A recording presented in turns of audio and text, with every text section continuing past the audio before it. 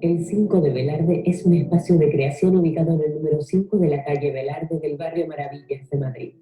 Lleva años ofreciendo propuestas y alternativas teatrales para acercarlas a todo tipo de públicos en sus diferentes formatos. Tras la conquista del escaparate con espacio escénico, en tiempos de confinamiento, nuestro equipo indaga en el soporte digital para posicionar la escena en este área.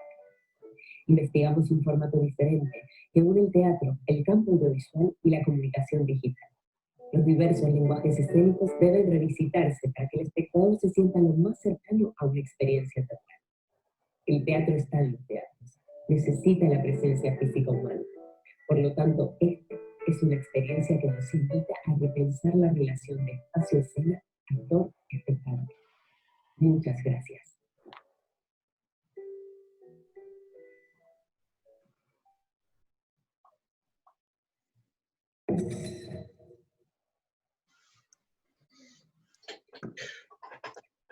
Bueno, buenas tardes, bienvenidos a todos los que están asistiendo, a nuestros invitados. Hoy es la última reunión de este ciclo que nos dimos por llamar Hablamos, coorganizado entre el 5 de Velarde, esta sala estupenda en la ciudad de Madrid, y la Asociación Artes Escénicas desde Buenos Aires. El tema de hoy que tenemos es contactos, algo que se perdió en estos tiempos de pandemia. Vamos a charlar un poco justamente con gente que tiene mucha experiencia en esto de el contacto humano. Proyectos de arte comunitario que están luchando contra la pandemia, y analizaremos también un poco las posibilidades que ofrece esta herramienta para transformar esta realidad tan compleja. Para ello vamos a comenzar entonces con la presentación de los invitados y después ya les damos paso a ellos mismos. En la reunión de hoy, miércoles 3 de junio, tenemos dos invitadas y un invitado. Eva García, que es una especializada en la creación artística comunitaria, es directora de las artísticas de las Jornadas de Artes Escénicas e Inclusión del INAEM, Instituto Nacional de Artes Escénicas y Musicales de España, que tiene ya creo que 11 ediciones encima. Y este año, bueno, me parece que lamentablemente por todas esas cuestiones no pudo realizarse, pero es un lugar así de referencia de las distintas experiencias que se llevan a cabo con artes escénicas e inclusión. Es también actriz y docente, investigadora en la Universidad París 8, es doctora en Ciencias del Espectáculo, y su tesis fue sobre la poética de Augusto Boal. Es fundadora de Transformas, en la ciudad de Barcelona, y actualmente, entre otras cuestiones, está coordinando la Ópera Prima, que es una creación comunitaria, en el Gran Teatro del Liceo.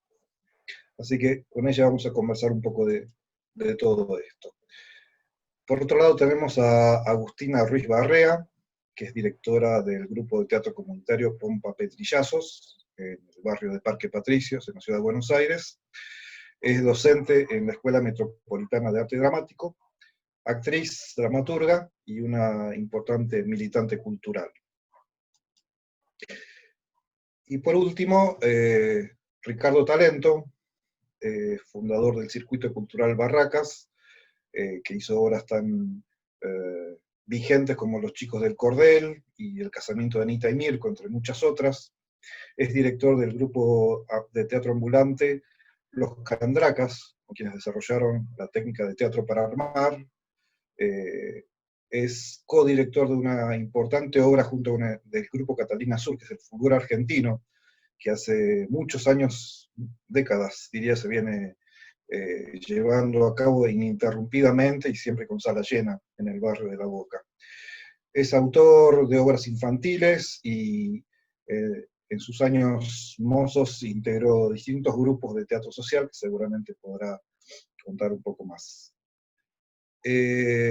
Bueno, sin más, entonces vamos a comenzar por Eva, ¿te parece? Para que nos cuentes un poco sobre tu formación. ¿Cómo has llegado a tu realidad de hoy? Pues, bueno, muchas gracias por, por la invitación y por aproximarnos a estos dos lados del mundo. Me genera curiosidad qué está pasando allá, así que espero que tengamos ocasión de compartirlo. ¿Cómo he llegado al día de hoy? Pues yo creo que más allá de mi formación, posiblemente en origen hay un elemento que tiene que ver con mi contexto nativo, de dónde vengo y dónde nací, ¿no? Yo soy de Córdoba, de una ciudad muy pequeñita en Andalucía, y creo que siempre me sentí diferente en mi contexto, diferente en mi casa, diferente en el cole, y creo que eso ha marcado mi trayectoria. Me he dado cuenta hace poco de esa realidad, pero no me parece casual que me dedique a lo que me dedico con esa sensación que tenía como adolescente y como joven. Yo estudié arte dramático y ciencias políticas en un momento en el que no veía ninguna relación entre ambas cosas, pero era una apasionada de ambas. Me encantaba la política y de hecho en la Escuela de Arte Dramático la lié mucho precisamente porque estaba haciendo política allí, ¿no? A través de la asociación de alumnos que fundé y el consejo escolar, bueno, los espacios que había. Y en la Escuela de Arte Dramático volví a encontrarme un poco con esta sensación de no encontrar mi lugar, ¿no? Córdoba era una ciudad, o es una ciudad, quizás ahora un poco menos, en la que no había una actividad teatral o artística o escénica destacada y yo no encontraba mi sitio. Así que me marché y azares de la vida acabé conociendo a Augusto Boal, el Teatro del Oprimido, me formé con él en Brasil y para mí ese fue el momento clave en mi vida donde entendí, quizás desde una inocencia que todavía cargaba, ¿no? que se podía hacer teatro desde otro lugar, que teatro eran muchas más cosas de las que a mí me habían explicado en la escuela y que me podía atrever, ¿no? Supongo. Y ahí empieza un poco mi periplo, primero practicando teatro del oprimido y teatro social, hasta varios años después llegar a Barcelona y crear una asociación que se llamaba Transformas, en la que queríamos investigar sobre este tipo de técnicas e intentar entender qué incidencia podían tener sobre las personas y los colectivos. Aquella fue una aventura muy intensa, duró 17 años. Aprendimos muchísimo, contamos con mucha complicidad porque era realmente un colectivo muy diverso y muy entregado. Y el proyecto, desarrollamos muchísimos proyectos, pero quizás el más destacado fue uno que hicimos en la prisión de Quatre Camins. Es una prisión que está a 30 kilómetros de la ciudad de Barcelona, de hombres adultos penados. Un proyecto que duró 9 años y en los que intervenimos 4 días en semana, 4 horas. Doy ese detalle porque intervenir 16 horas como mínimo en un espacio y poder convivir tantas horas con personas para hacer teatro, al menos acá, no sé allí, quizás allí es diferente, pero acá es absolutamente inédito y eso provocó que aquel proyecto alcanzara una dimensión y sobre todo un impacto dentro de la institución y para las personas participantes muy, muy relevante.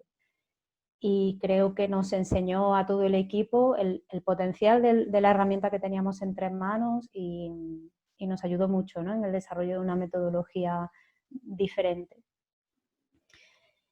Y después de eso seguimos desarrollando proyectos fuera de la cárcel usando la misma metodología que habíamos usado dentro y ahora en 2017 decidimos cerrar la entidad. Traspasamos todos los proyectos a otras asociaciones de la ciudad para que las personas pudieran seguir involucradas y trabajando y nosotros queríamos hacer como un cambio. Y el otro elemento que para después poder explicar el día de hoy es importante es que a partir del 2012 el INAEM me contacta para ser coordinadora de las jornadas de inclusión, que es un evento estatal que se celebra una vez al año en una ciudad diferente de España y que lo que pretende, por un lado, es sensibilizar, generar conocimiento, pero sobre todo tiene un elemento muy importante de punto de encuentro para todos aquellos que estamos desarrollando este tipo de proyectos o prácticas y de de sensibilización a las instituciones, ¿no? De visibilidad de proyectos escondidos que muchas veces ni siquiera se conocen en las diferentes ciudades que visitamos. Y así llego al día de hoy. Muy bien, muy bien. Bueno, muchas gracias, Eva. Escuchamos entonces a Agustina, a ver cómo han sido tus pasos que te llevaron hasta este presente. Te escuchamos, Agu, cuando prendas tu micrófono. Ahí estamos. Bueno, la escuchaba a Eva y me sorprendía porque hay algo muy parecido ahí también. Yo empecé a estudiar teatro de muy chiquitita, teatro y danza, desde muy chiquitita, a los 7 años, con una mamá de la escuela a la que iba yo, y fue conmocionante para mí aprender a hacer teatro, aprender a escribir historias, porque ella es una dramaturga que se llama Cristina Merelli, que fue, por ahí la conocés vos, delegada del instituto, y fue muy conmovedor para mí aprender en ese momento de mi vida, y vengo de una familia de intelectuales y militantes políticos, y entonces mi relación entre el arte y la política y la militancia social y la militancia cultural estuvieron siempre de la mano, fueron indivisibles, digamos, nunca pude pensarlo de una manera distinta, digamos. También tengo una trayectoria de militante en la escuela secundaria, milité mucho, fui presidenta del centro de estudiantes de mi escuela, y eso también para mí fue una cosa conmovedora, y en simultáneo hacía teatro, y, y escribía cosas, y bueno,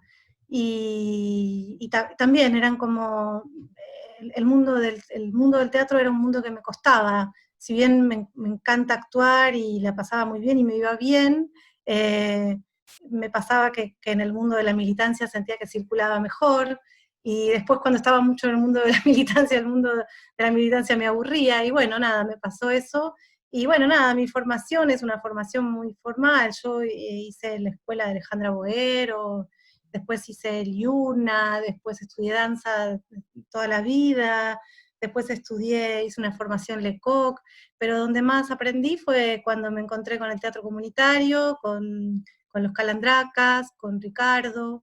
Cuando me encontré con el teatro comunitario fue así como una cosa, dije, se me juntaron los mundos. Y me transformó la manera de... Había algo de eso que me pasaba con el hacer teatro, que se me juntó, digamos. Yo también estudié con Juan Carlos Gené en el CELSI muchos años, y me pasaba que un año que ensayamos 28 horas semanales, un espectáculo que lo estrenamos al año y medio de ensayar, y la gente venía a ver la obra y no pasaba nada, no se entendía la obra. Y a mí me preocupaba mucho, yo tenía 22 años en ese momento, y había hecho un esfuerzo enorme, y el contacto con el público para mí no se producía. O se producía un contacto con un público muy, muy ilustrado, venían 30 personas, y todos sacaban elucubraciones intelectuales y escribían papers, y a mí me parecía que había algo de eso que estaba vacío. Y cuando fui a ver al Grupo Catalinas por primera vez al Parque Patricios, y vi como una especie de recital de rock eh, teatral, quedé alucinada, y dije, bueno, acá hay algo que está pasando, y ahí empecé a sentirme muy convocada por esa otra manera de entender, ¿no? Que el teatro no es solamente el hecho espectacular, sino el rito que nos encuentra, y lo importante de cómo armamos ese rito, y qué queremos de esa relación ritual y de esa ceremonia. Y justo cuando terminé de ver eso, yo era tallerista de los centros culturales barriales, trabajaba en Villarriachuelo y en Lugano, trabajaba con adolescentes en una plaza, y bueno, y por esos motivos me convocaron a coordinar el grupo de Parque Patricios, porque Catalinas y Barracas tenían el proyecto de multiplicar el teatro comunitario, y nada, y me encontré con los compañeros, y ahí echamos a andar esto y a que esto crezca, y esto fue creciendo y empezamos a laburar en el parque primero porque no teníamos lugar de encuentro, deambulamos por canchas de fútbol, deambulamos por vestuarios de clubes, ensayábamos en calles, en plazas, hasta que después de 9 años de girar y girar y estrenar espectáculos con la nada, con lo que teníamos, nos constituimos en asociación civil y nos transformamos en lo que somos hoy. Pudimos alquilar una esquina mágica que lamentablemente nos tuvimos que ir porque nos tuvimos que ir el año pasado, y emprendimos ahora un nuevo desafío justo en este momento trágico, pero bueno, nada, es muy fuerte la construcción comunitaria, y entonces uno se angustia, pero sabe que hay un batallón de gente que quiere soñar, y bueno, esos somos los pompapetrillazos, y yo soy una parte, digamos, perdonen mi sensibilidad berreta, pero bueno, soy así. Más o menos eso. No sé qué más decir.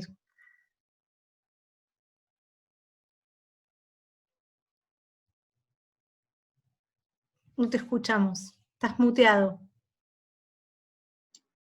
Perdón. Decía que la sensibilidad es parte de todo esto, por suerte, y es lo que nos va a mantener vivos, y es lo que nos va a sacar de acá, así que bienvenida que esté presente y que no haya frialdad. Bueno, Ricardo, muchísimo para contar de tu historia. Sí, no, sí, cuento mi historia. Hace 55 años que hago teatro, sería un aburrimiento. Tomaría las 2 horas de la charla. Sí, No, claro, es toda una charla. es una charla. No, es interesante lo que preguntás, porque siempre hay la imagen de que a alguien inspirado se le ocurrió hacer algo, ¿no? Como que no hubiera algo anterior. Porque siempre preguntan, ¿cómo se le ocurrió hacer teatro comunitario? Y yo siempre digo, no es que se me ocurrió, fue todo un tránsito de vida, de hacer, y como dijeron las 2 compañeras anteriores, de búsqueda, y por lo tanto llegamos a hacer esta ceremonia que es el teatro de esta manera, que es con los vecinos, teatro comunitario. Yo tuve la casualidad y la suerte que cuando tenía 17 años, el otro día lo contaba en otra charla, enfrente de mi casa se empezó a armar un grupo de teatro. Entonces estaba mi hermano y dijeron, ¿no querés venir al grupo? Yo era un adolescente que andaba en bicicleta, charlaba en las esquinas, y estaban haciendo la obra Crenqueville de Anatole France, que el conflicto comenzaba cuando un ciclista llevaba por delante al protagonista, y me dijeron, ¿te animás a pasar por la bicicleta, por el escenario y chocar? Sí, dale, sí, no hay problema. Bueno, esas cosas de la vida que uno después agradece, ¿no? Empecé a los 17 años, acabo de cumplir 72 y sigo haciendo teatro. Y creo que también tuve la suerte porque esa era como era la ciudad de Junín, era como una sucursal del Nuevo Teatro. Entonces yo tuve como maestros a Pedro Asquini, a Alejandra Boero, a Conrado Ramonet, que venían todos de ese núcleo que era el teatro, que eran los años 60, a mitad de los años 60, y yo agradezco muchísimo porque yo empecé a hacer teatro, casi hice 5 años teatro, hice todo del teatro con ellos, desde construir un escenario, hacer las luces, la escenografía, actuar, cortar entradas, limpiar la sala, aprendí el oficio. Luego sí, ya estando en Buenos Aires, una vez que hice el servicio militar, porque mi generación hacía el servicio militar, vine a Buenos Aires y bueno, ahí empecé a estudiar con una referente en ese momento muy importante, que era Hedy Krila, que había traído el método Stanislavski aquí a la Argentina. Pero yo siempre estaba en tensión con ese tipo de teatro, porque yo había hecho otro tipo de teatro, porque en realidad el teatro independiente que había hecho en Junín era un teatro comunitario, éramos 30 y pico vecinos, que nos creíamos muy cultos porque hacíamos teatro, pero éramos vecinos que hacíamos teatro. Y bueno, y ahí hice teatro, siempre peleaba con Hedy Krila porque yo seguía haciendo teatro y decía, no, primero hay que estudiar. No, yo por suerte había hecho teatro y después estudiaba. Y bueno, me contrataron del San Martín, estuve varios años en el San Martín, que ahí también conocí tanta gente, también eran obras multitudinarias, fue la primera obra de Brecht que se hizo en el país después de mucho tiempo, que fue el Círculo de Tiza Caucasiano.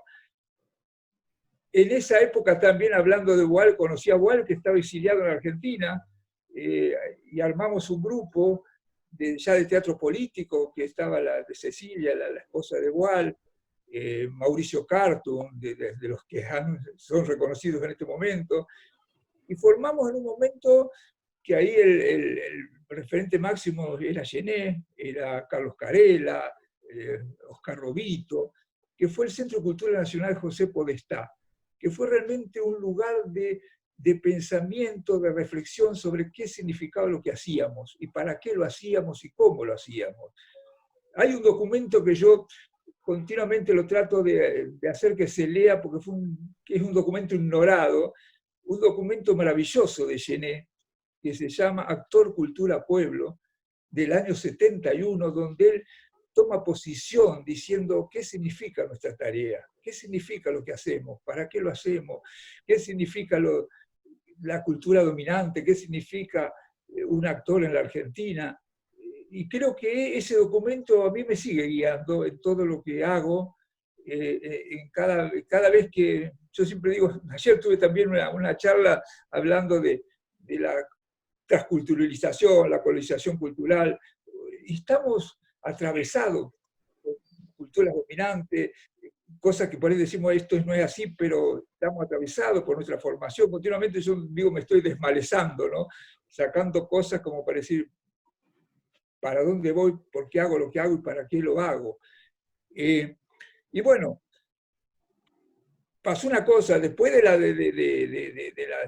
todo eso que habíamos construido a José Podestá, que era luminoso, también formamos parte del elenco de lo que es ahora, por ejemplo, construimos lo que es ahora el Rojas, que era un elenco que armó la Universidad de Buenos Aires, la dirección artística, ahí en Corrientes 2038, que hacíamos teatro en las villas, teatro de calle. Bueno, te imaginas que encontramos un mundo que el proceso militar, esa tremenda dictadura que tuvimos acá en la Argentina, lo coartó, y todo eso que hacíamos pasamos a la clandestinidad, a cambiar de vida.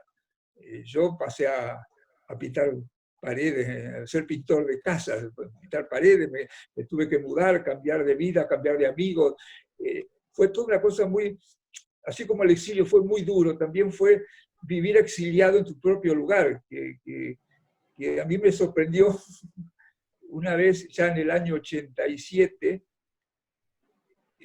me acuerdo que el diario Clarín sacó una nota sobre los nuevos directores, y entre los nuevos directores figuraba yo. Y yo decía, ¿cómo nuevo director? Yo ya tengo 40 años.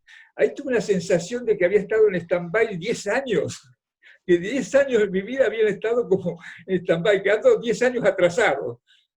Como que ahora tengo 72 y estoy funcionando como si tuviera 60, pero digo, con una actividad, con un montón de cosas que ya tendría que estar dando de comer a las palomas y dejarme de joder, pero creo que ese stand-by que produjo el proceso también hizo que algo se parara y algo después resurgiera, y a partir del 83 no casualmente nace el Grupo Catalina, no casualmente nace después los Calandraca, nacen un montón de grupos de calle, porque necesitábamos, lo que yo digo, mirarnos a los ojos, mirarnos, encontrarnos en la calle. Nosotros actuábamos los Calandraca, otro grupo se llamaba Agrupación Humorística La Tristeza, otro grupo Dorrego, que eran egresados del Conservatorio Nacional, el Grupo Catalina Sur, 4 grupos en Parque Lezama, un domingo a la tarde. Eran miles de personas que venían a vernos, pero más que a vernos era encontrarnos. Era necesidad de encontrarnos. Se había puesto de moda en esa época para algunos grupos el tema de los zancos, porque habían venido los grupos de calle europeos, habían introducido los zancos. Caso nuestro, yo me negué a los zancos porque decía, ¿para qué usamos los zancos si después necesitamos bajarnos de los zancos y mirarnos a los ojos? Digo, el zanco pasa por arriba del espectador. Digo, no, bajémonos de los zancos. Bueno, lo que quiero decir es que hubo una necesidad profundamente de encuentro, y ahí estaba este teatro de calle, este teatro de vecinos, este teatro comunitario, que luego los Calandracas, tomándole lo que había hecho Catalina Sur, vivíamos todos en barracas y dijimos, vamos a trabajar con nuestros vecinos, vamos a compartir con los vecinos lo que sabemos. Y era el año 96 que supuestamente la Argentina estaba en el primer mundo. O sea, supuestamente no necesitábamos del otro, con la tarjeta de crédito y el shopping nos arreglábamos. Y realmente los vecinos de Barracas necesitaban el encuentro, porque no casualmente alquilamos un pequeño local citamos a los vecinos y se llenó de vecinos, y no casualmente uno de los primeros espectáculos, que era un espectáculo de desfile, se llamó Primer Mundo en Camiseta, que cuestionábamos de qué primer mundo estábamos hablando acá en Argentina. Y después, bueno, cuando lo que contó Agustina, ¿no? Cuando después del 2001 nos dimos cuenta que necesitábamos del otro, todo se derrumbó, y ahí se armó la gran movida del teatro comunitario, ¿no? Sí, no sé si se cortó, disculpen. No, está bien ahí, ya está. La gran movida que se armó ahí del teatro comunitario, que ahí ya no paró más. En este momento hay, creo, más de 50 grupos, pero siempre tuvo este eje de la necesidad de construir con el otro. Siempre tuvimos como resistencia hacia el aislamiento. Paradójico en estos tiempos, ¿no? Porque justamente ahora el encontrarse es peligro de enfermedad o peligro de muerte. Y para colmo nosotros trabajamos con todas las generaciones juntas. Doble bomba de tiempo, porque juntar los jóvenes con los viejos, diríamos, también es un tema que en este momento está exacerbado. Pero bueno, un poco esta es la historia resumida de mía. Bueno, vos hablaste de Teatro para Armar, que es teatro foro que hacemos los Calandracas de hace ya 30 años en temas de salud, educación, inspirándonos lo de Boal, pero era muy loco. Cuando empezamos con eso en el año 88, no había en Latinoamérica referencia de Boal. No teníamos bibliografía, no teníamos... Me acuerdo que me junté con Mauricio Carton, que él había hecho un seminario en Holanda con Boal sobre teatro foro, y nos contó más o menos cómo era, a tal punto que a mí me dio pudor ponerle teatro foro, por eso le pusimos Teatro para Armar, porque en realidad era como algo que sabíamos que existía, algo que hasta habíamos charlado con Boal cuando estaba en Argentina, pero todavía no lo había puesto en actividad, y bueno, ahí nació esta forma, que muchos años después vino Boal me acuerdo que hubo un Festival Internacional de Teatro, que fuimos a almorzar con Boal, Mauricio Carton y yo, fuimos los tres, y Augusto me dice, ¿qué te parece? ¿Cómo puedo encarar la charla acá? Fue uno de los primeros encuentros internacionales de teatro, él tenía una charla en San Martín, y nosotros dijimos, contá quién sos, porque acá desapareciste de los lugares de estudio, desapareciste del imaginario teatral, y me acuerdo que igual en esa clase magistral tuvo que empezar a contar de cero de quién era y todo lo que había hecho.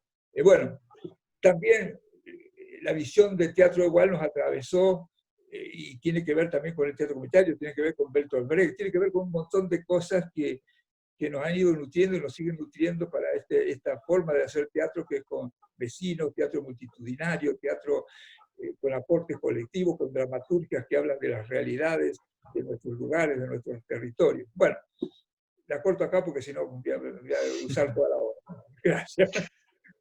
Bueno, muchas gracias, Ricardo. Una historia muy rica y sabrosa. Vamos a entrar entonces ahora un poco en la actualidad, en los presentes de cada uno de los proyectos. Y para eso elegí así arbitrariamente entre la enorme cantidad de videos que abundan de cada uno de los tres invitados, unos fragmentos para que sirvan de disparadores y ellos después nos cuenten un poco más de sus trabajos. Vamos a comenzar con ver un cortometraje sobre uno de los proyectos en los que trabaja Eva en Barcelona. En este caso, es un trabajo que se llama Barricidio.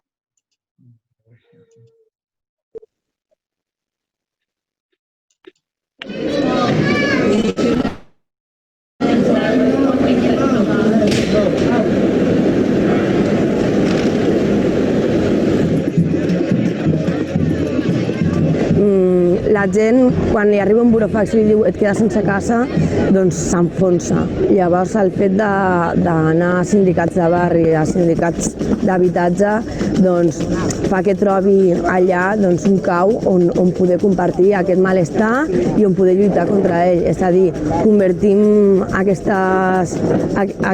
atacs per part de la immobiliària, de les immobiliàries i dels fons voltors i dels bancs, els convertim al final en vincles que són molt forts i que ens empenyen a lluitar.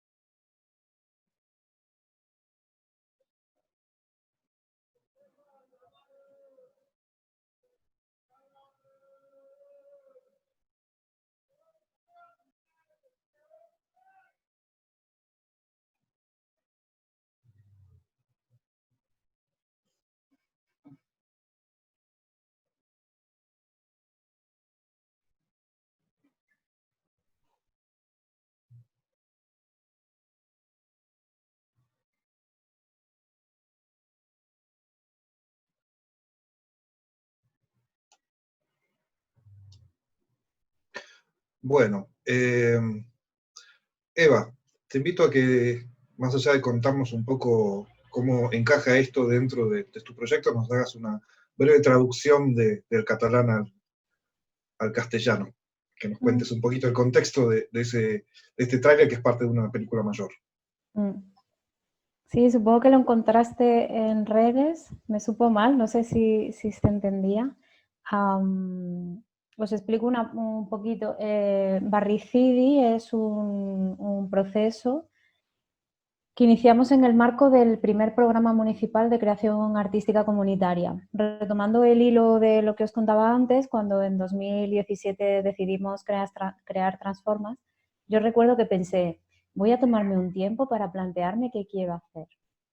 Y en ese momento pues me propusieron por parte del ayuntamiento, que nos conocían, de la relación que habíamos ido construyendo a lo largo del tiempo, ¿no? Para mí, en esto que hablábamos antes de hacer política, en lo que estamos haciendo, tiene mucho que ver con ser visible para las instituciones, con interlocutar con ellas, con estar cerca y explicarle lo que hacemos e invitarlos a que vengan a vernos, y vengan o no vengan, volver a ir y volver a insistir.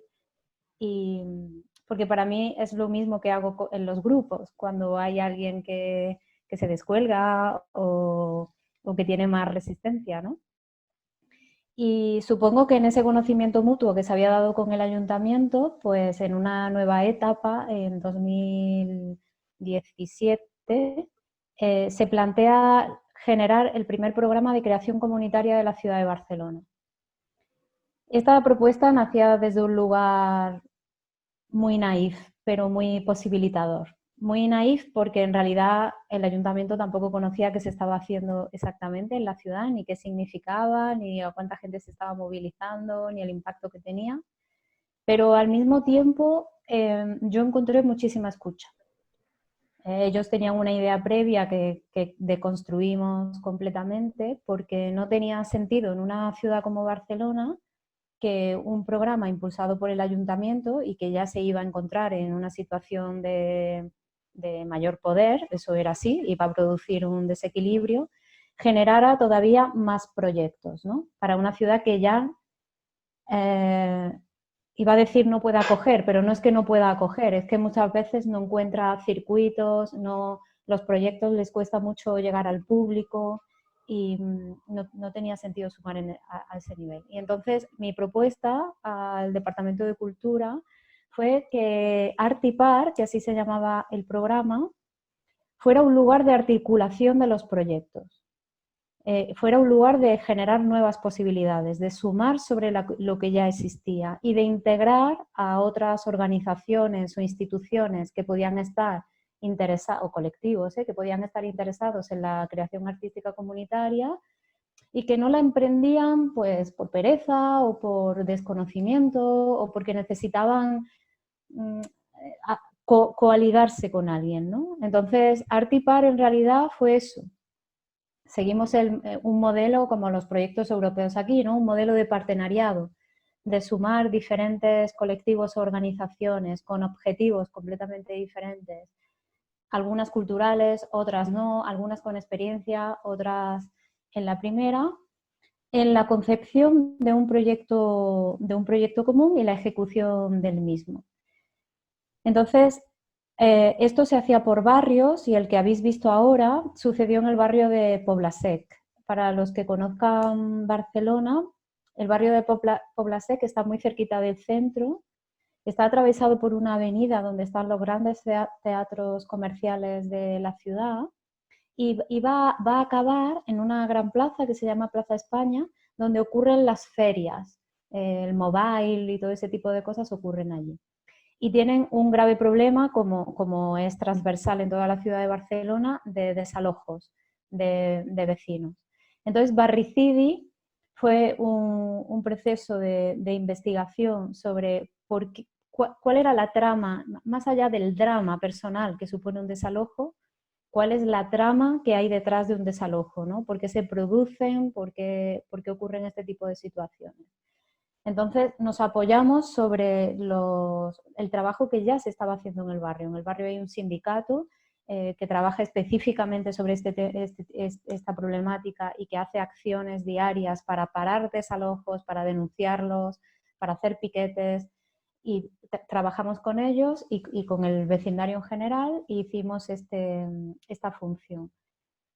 Que por una parte, en la primera parte, eran unos personajes que venían de los grandes fondos buitre a intentar convencer a una serie de vecinos de las ventajas de los proyectos que ofertaban. Entonces poníamos al público en una situación compleja de tener que decidir, ¿no? Que también es lo que nos pasa como ciudadanía. Y después nos encerrábamos en un piso, en un lugar muy pequeño, que además nos cedió una vecina, donde ocurría la segunda parte de la función, que era el anuncio y desalojo de una familia. Pero lo vivíamos también allí. Ha habido una imagen en la que se ve un grupo de gente muy pegados entre nosotros, era julio, hacía un calor tremendo, y la situación pues acompañaba el contexto, ¿no? Y después generamos todo un material que de hecho es accesible en internet si lo queréis buscar, que son como unos afiches en los que hay muchos datos y mucha información acerca de esta problemática, ¿no? En el vídeo al final pone que en Barcelona, en aquel momento, estamos hablando de final del 2018, había 38 hogares cada 40 minutos que eran desalojados. Esa es la realidad que nosotros teníamos anterior al COVID, ¿no? Entonces, Artipar yo creo que fue muy, muy revelador sobre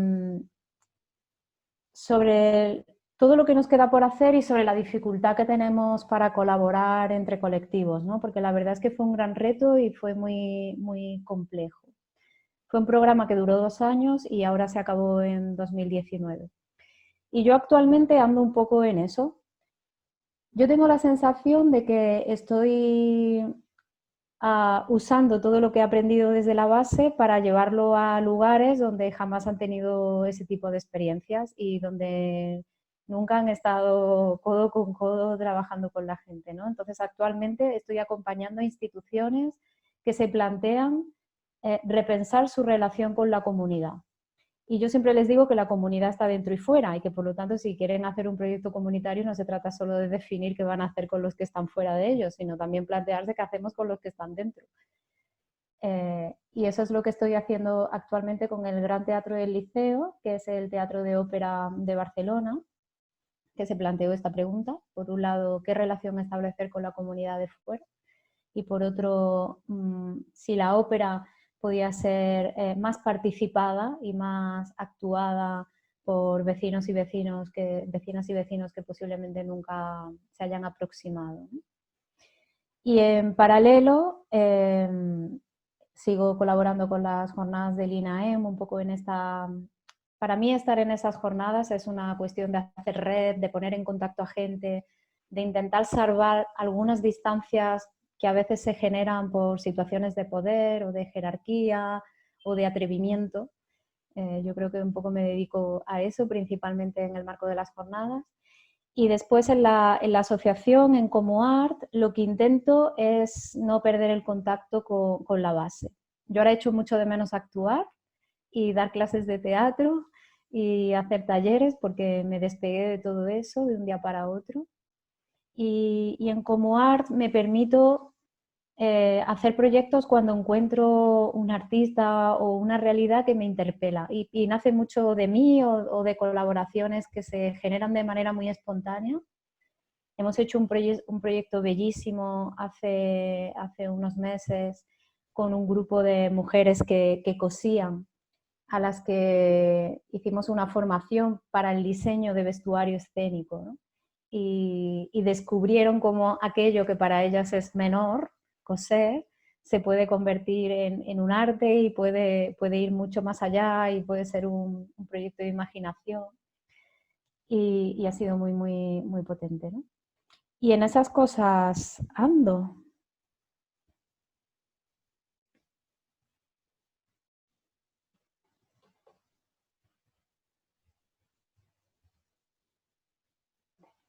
Perdón. ¿Cuánta gente está participando del proyecto de la ópera comunitaria? ¿O Pues estaba participando? Nosotros en la ópera estamos en un momento aún de crear las colaboraciones.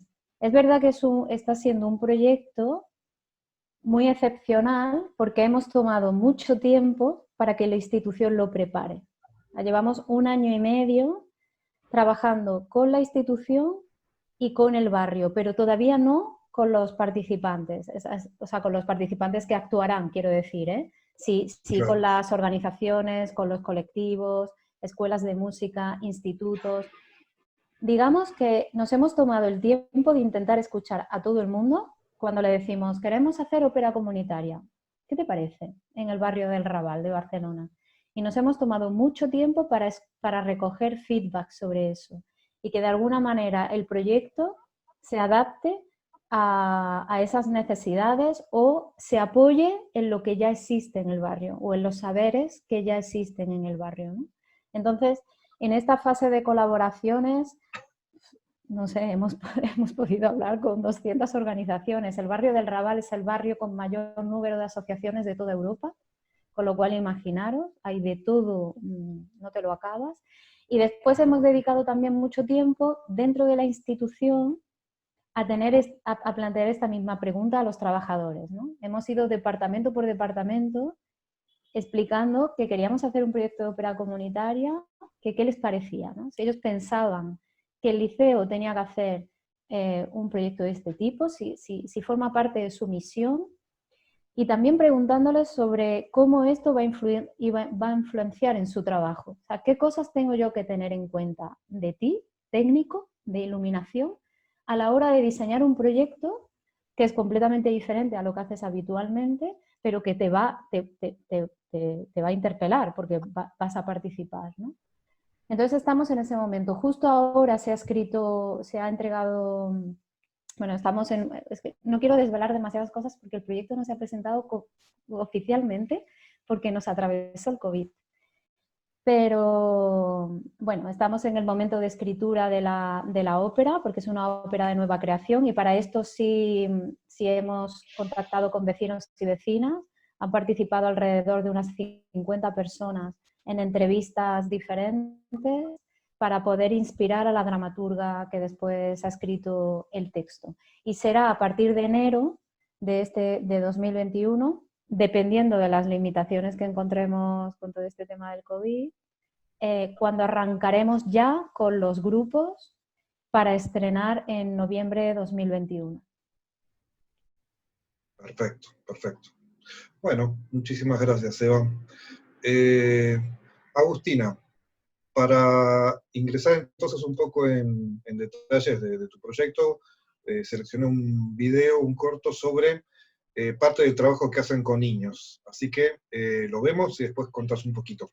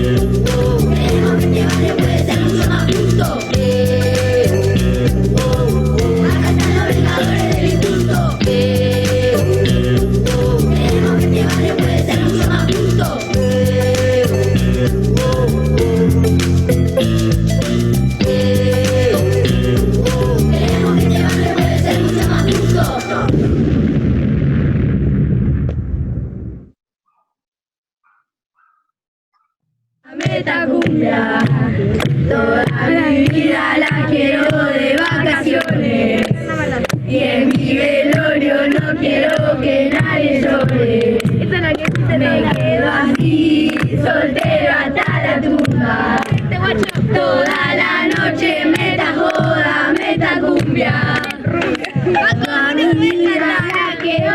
vacaciones. Bueno, el rap de los Vengadores de lo injusto. Agustina.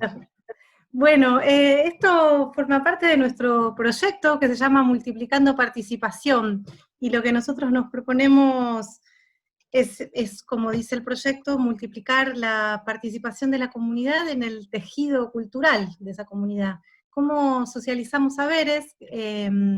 ¿Cómo socializamos saberes técnicos de los distintos lenguajes artísticos para producir sentido juntos? Este es nuestro gran objetivo como organización teatral comunitaria, organización artística comunitaria, porque hay muchos lenguajes que ya estamos abordando. Este es uno de los proyectos, pero bueno, hay un proyecto, por ejemplo, de plástica y animación, que ya tiene en su haber 5 cortos animados. Hay un proyecto de bandas de rock de niños, de niñes, que son 10 bandas de niños que ya han grabado discos, producen temas, y un poco, bueno, eso, después los grupos de teatro comunitario, el de niños y el de adultos,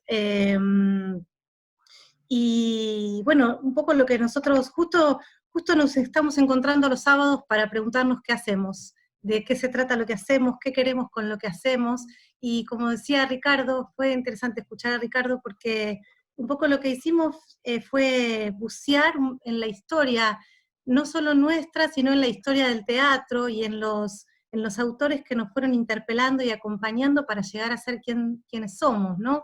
El teatro comunitario no nació de un repollo, es la construcción de un devenir histórico, y entonces un poco a la respuesta que llegamos justo el sábado, que los compañeros hicieron unos manifiestos hermosos, que después los vamos a hacer circular. Una de las respuestas a las que llegamos, ¿no?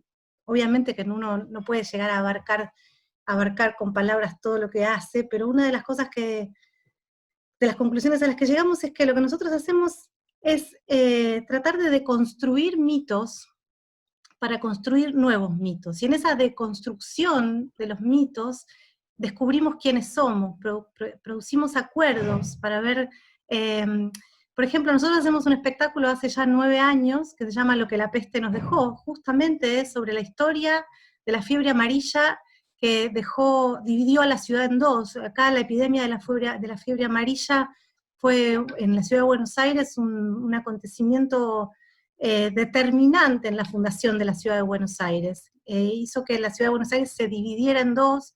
Justamente pasó lo mismo que está pasando ahora. Los que trajeron la epidemia fueron los ricos. En ese momento no venían en avión, venían en barco.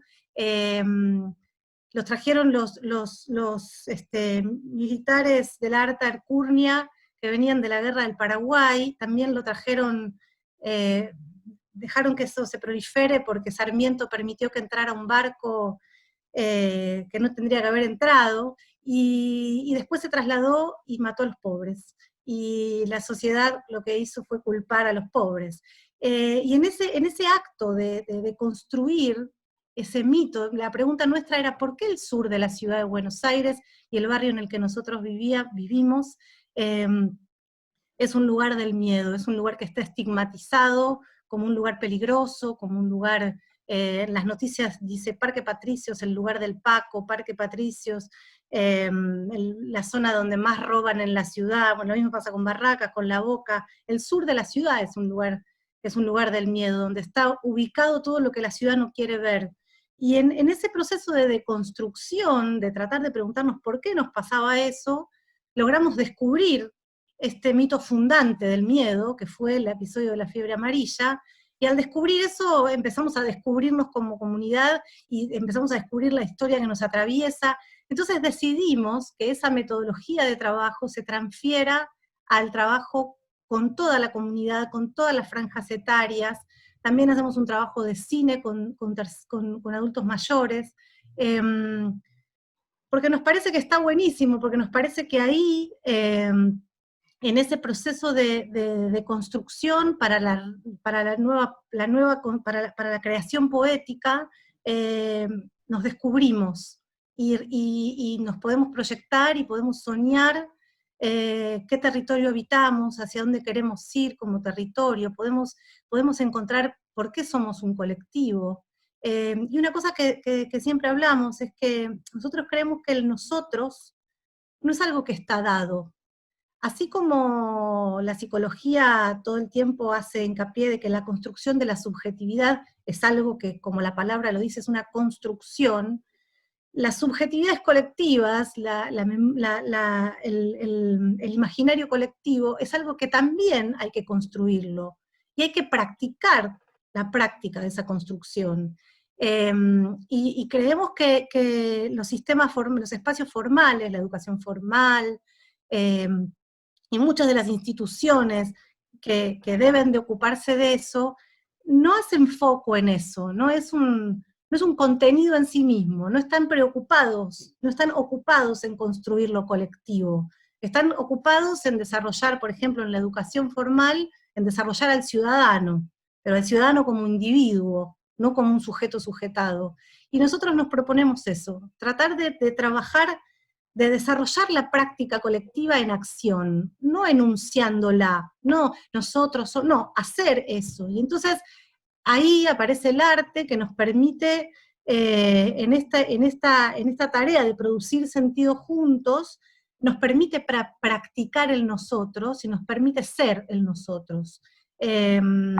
Porque hay un montón de acuerdos que hay que llevar adelante, ¿no? Como una cosa que decíamos el otro día, que lo que nosotros, en este desafío de encontrar cuál es nuestra ética en este proceso de creación, lo que hacemos es encontrar cuál es nuestra ética como colectivo, que la expresamos en una estética. En ese proceso de encontrar una ética y transformarla en una estética, practicamos el nosotros. Y tenemos un trabajo muy grande con la comunidad, con los niños, porque son el sueño de una comunidad, ¿no? Nos pareció que era importante no solamente, si bien hemos aprendido de los maestros, que acá tenemos al maestro presente, de que el teatro comunitario es un acto intergeneracional y eso es maravilloso, también fuimos dándonos cuenta de que a veces la voz de los niños en el relato de los adultos era opacada. Entonces dijimos, bueno, que los adultos trabajen con los niños, pero que el acto de escritura, este trabajo de deconstruir mitos y producir mitos nuevos, lo puedan hacer los niños desde la niñez. Y por ahí los adultos los acompañamos en lo que tiene que ver con el ritual y lo que tiene que ver con lo espectacular. Pero que la dramaturgia la puedan construir desde los imaginarios de las niñes. Voy a tratar de hablar con la E porque acá es una lucha que están dando y hay que seguir dándola. Me cuesta, porque no soy tan joven ya, pero lo voy a hacer. Bueno, y un poco eso, no quiero aburrir. No sé, un poco eso es lo que hacemos, y a lo que hemos aprendido de los compañeros, y nos hemos nutrido de las experiencias de Barracas, de Catalinas, y la hemos resignificado y estamos construyendo una identidad propia. Bueno, eso es un poco lo que hacemos. No sé si fui clara, no quiero aburrir, no sé. Díganme, decime. No te preocupes. ¿En qué año fue la fundación de la creación del grupo? Y fue en el 2002. Nosotros fuimos la oleada esa que surgió en la ciudad de Buenos Aires después del 2001, después de la hecatombe del 2001, y en ese marco surgimos nosotros, que veníamos, que los grupos Catalinas y Barracas se propusieron vehiculizar a través de la carpa cultural itinerante la formación de otros grupos, muy atinadamente. En ese momento histórico fue muy, muy interesante que ellos hayan generado ese golpe de multiplicación. Y bueno, creo que nosotros ahora también estamos en esto, cómo seguimos multiplicando, ¿no? Somos una red muy grande que nuestro objetivo es eso, es seguir ampliando esta práctica comunitaria, porque vemos que el impacto que tiene en la vida de nuestra comunidad es muy fuerte, porque nos atraviesa a todos, porque nos modifica a todos, y nos empodera como ciudadanos, ¿no? Nos vuelve a poner en conciencia de que podemos ser creadores de mundo, que podemos ser, nada, como dice Brecht, ¿no? Esta cosa de desnaturalizar para ver qué es lo que pasa con esta realidad en la que estamos. Y esto nos ayuda mucho a desnaturalizar hasta la propia condición subjetiva, o sea, nos permite decir, pero si yo puedo inventar una canción, y entonces también puedo tomar la palabra, y también puedo inventar una manera de dibujar, y también puedo inventar una manera de participar, y ahí empiezan a aparecer este tipo de sujeto y de ciudadano que quiere el teatro comunitario, que es este ciudadano que tiene voz, que tiene voto, que se sueña con otros, y bueno, en eso estamos, trabajando arduamente para que eso suceda. Bien, bárbaro. Bueno, de la crisis del 2001, donde estaba toda la gente en la calle, salieron toda esta serie de grupos, como decías, y saltamos a una crisis del 2020, donde está todo el mundo encerrado. A ver qué sale de todo esto. Bueno, Ricardo, te toca el turno. Vamos a ver un pequeño institucional, entonces, del circuito que recientemente estrenaron, y luego nos comentás un poco sobre el presente.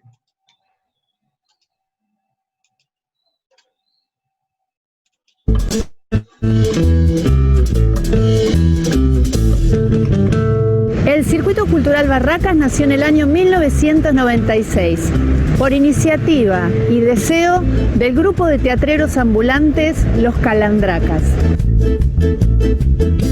Aquí desde el fondo con hambre de mesura, de payasos soñadores, teatreros ambulantes, musiqueros, callejeros, amantes de la ternura.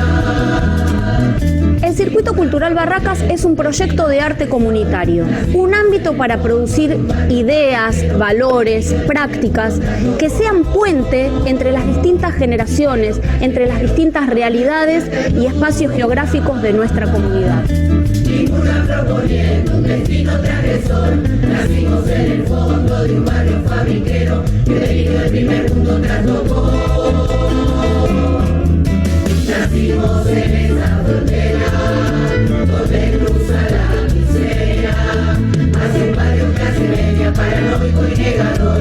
Llegamos con un sueño apostando a la esperanza, jugando al vecino, ese sueño integrador.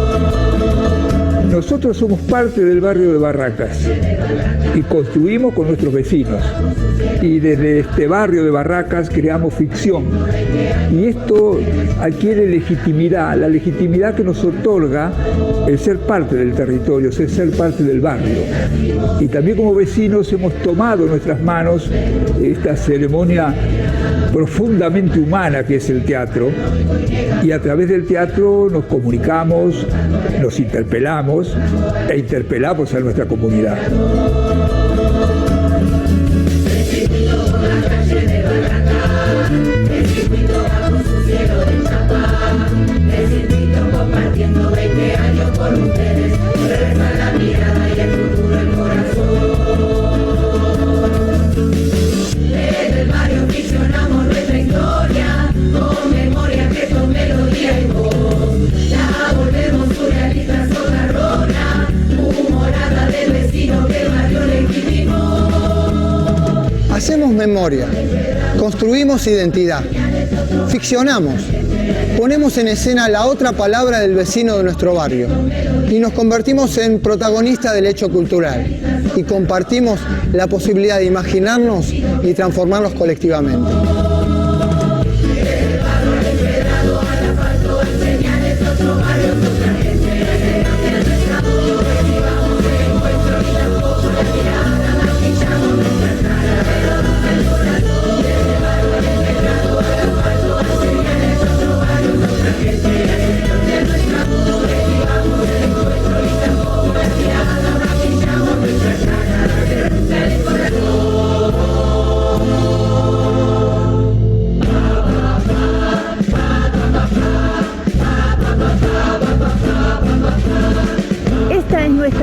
construcción política comunitaria. Esta es nuestra construcción política comunitaria. Esta es nuestra construcción política comunitaria. Esta es nuestra construcción política comunitaria.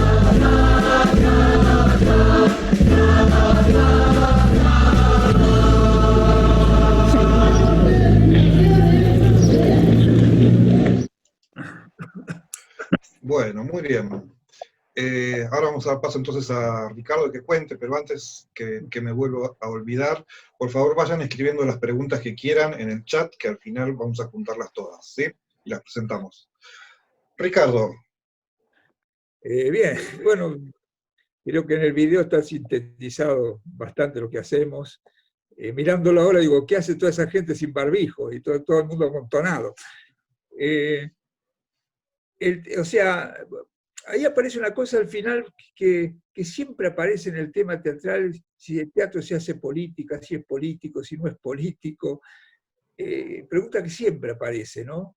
Yo escuchaba lo que decía, por ejemplo, Agustina Merda, digo, si no es profundamente político lo que están haciendo, este trabajo, esta conceptualización sobre desconstruir mitos, sobre volver a construir mitos imaginarios, es una construcción profundamente política.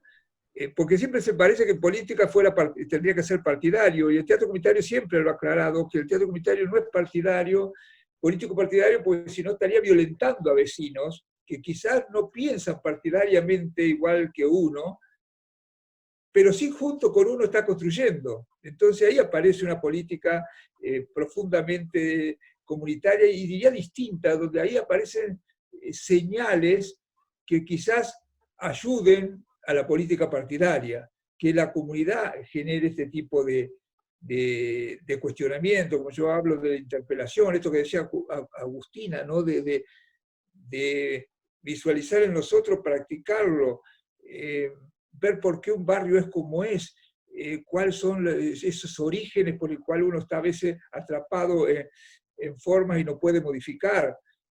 Otra cosa que ha hecho el teatro comunitario y hace continuamente, que es, nosotros creemos que la creatividad es una esencia humana, no es un hecho de elegido, no es que alguien es creativo y otro no es creativo. Lo que sí, alguno ha podido desarrollar su potencial creativo y a otro, como a la mayoría, sutilmente se lo va mutilando.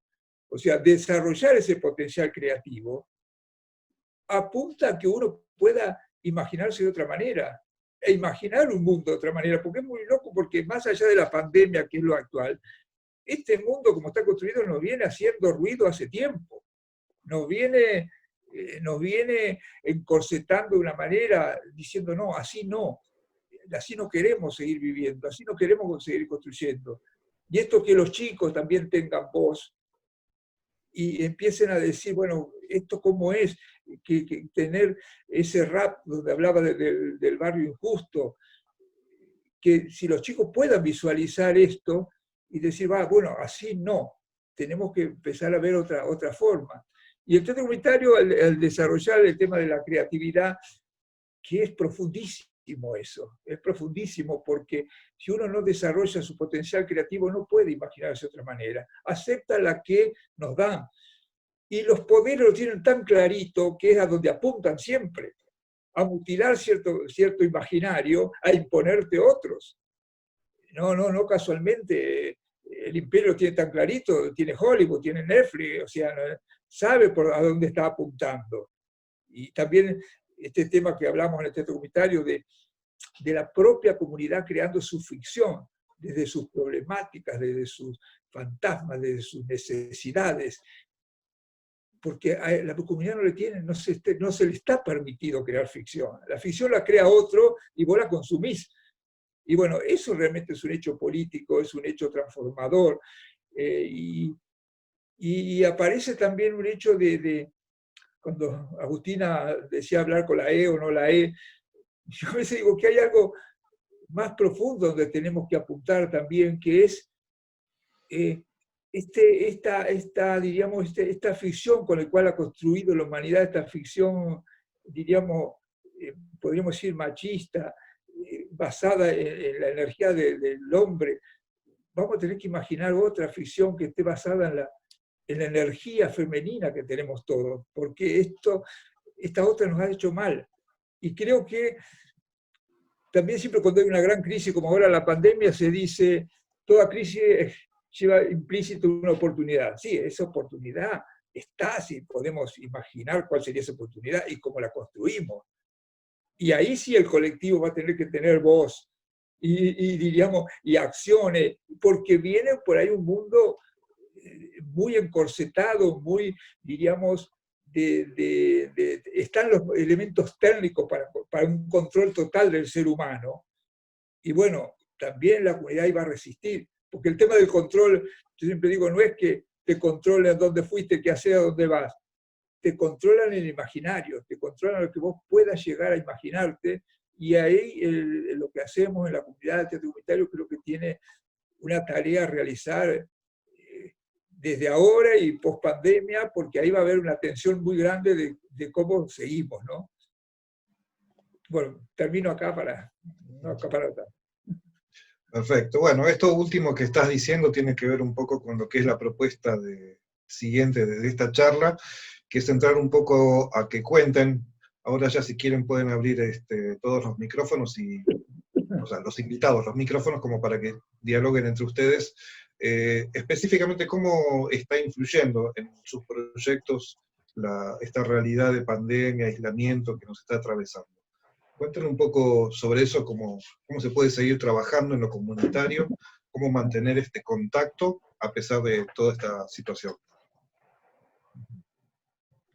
No sé quién quiere empezar. Como quieran. Yo si quieren empiezo, pero como quieran. Dale, dale. ¿Empiezo? A nosotros la verdad que nos pasó una cosa que en lo personal como coordinadora de este grupo me pareció muy interesante, que es que nosotros tenemos una parte del grupo que es muy joven. La mitad del grupo es gente entre 20 y 30 y pico de años. Y no le tienen miedo a esto, como le tenemos miedo los que por ahí no tenemos tanta vida virtual. Y pasó una cosa muy fuerte, que fue que la primera semana estábamos devastados, porque habíamos, como les contaba al principio, nosotros apostamos por tener un nuevo, nos tuvimos que ir de una esquina, alquilamos un espacio muy grande, y invertimos todas nuestras reservas en ese espacio. Entonces, era como, bueno, ¿y ahora qué hacemos? Entonces la primera semana fue como un knockout total, ¿no? Fue como, bueno, esto, nos cortaron las piernas, como dijo el Diego. Y de repente al lunes siguiente nosotros tenemos una comisión directiva que se junta una vez por semana, y nos estamos juntando todas las mañanas, y dijimos, hay que poner en marcha lo que hacíamos, nos tenemos que poner en marcha, y tenemos que salir a pelear, porque el aislamiento vincular es nuestro enemigo. Decidimos encontrar cuál era nuestro enemigo, y empezar a pensar todo lo que no podíamos hacer y todo lo que sí podíamos hacer. Entonces, a ir por lo que sí podíamos hacer de esta manera, y saber que esto es una gran trampa, digamos, que nosotros no es que queremos vivir por Zoom de acá en adelante y decir esto es una maravilla, y qué bueno, qué cómodos que estamos en casa tomando mate y teniendo reuniones, porque lo que sí sabemos es que teatro no podemos hacer, que no estamos haciendo teatro, pero que nosotros somos agentes de salud comunitaria, nosotros tenemos una tarea muy importante que es salir a nuclear a la comunidad, salir a juntar al vecino que está aislado y que se siente solo y que se siente angustiado, porque si hay otro posible con el que voy a poder seguir soñando mundo, hay sentido para seguir adelante. Y un poco pusimos el foco ahí, y nada, y hablamos con los profes de los talleres, y los profes, unos decían, ay, a mí me da angustia dar clase, ¿cómo voy a dar clase de esto por acá? Entonces ahí decidimos armar esto de las veredas virtuales, de decir, bueno, no den clase separado, pensemos espacios en donde no están dando clase, tratemos de generar espacios en donde los pibes se puedan encontrar por Zoom, a vincularse desde el arte, como lo hacían en la esquina. Vayamos a por los vínculos, a por establecer vínculo con la comunidad.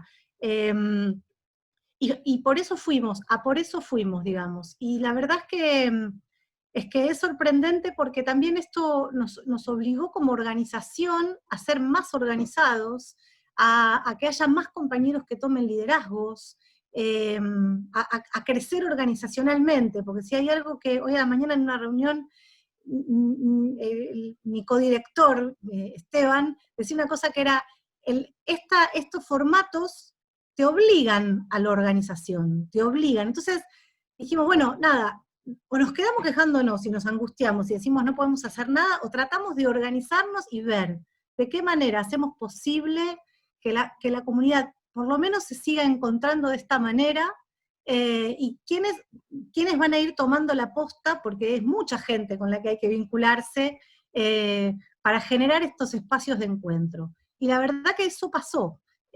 Obviamente que es angustiante, porque los sábados nosotros estamos tratando de componer cosas, estamos reflexionando, y no es lo mismo, o sea, pasamos 3 horas, nos encontramos 3 horas todos los sábados, por ejemplo, como eran los ensayos, y la verdad es que quedás agotado, pero hay cosas que están pasando, digamos, que podemos seguir haciendo que sucedan. En este momento estamos repensando esto, quiénes somos, qué hacemos, fuimos convocando a diferentes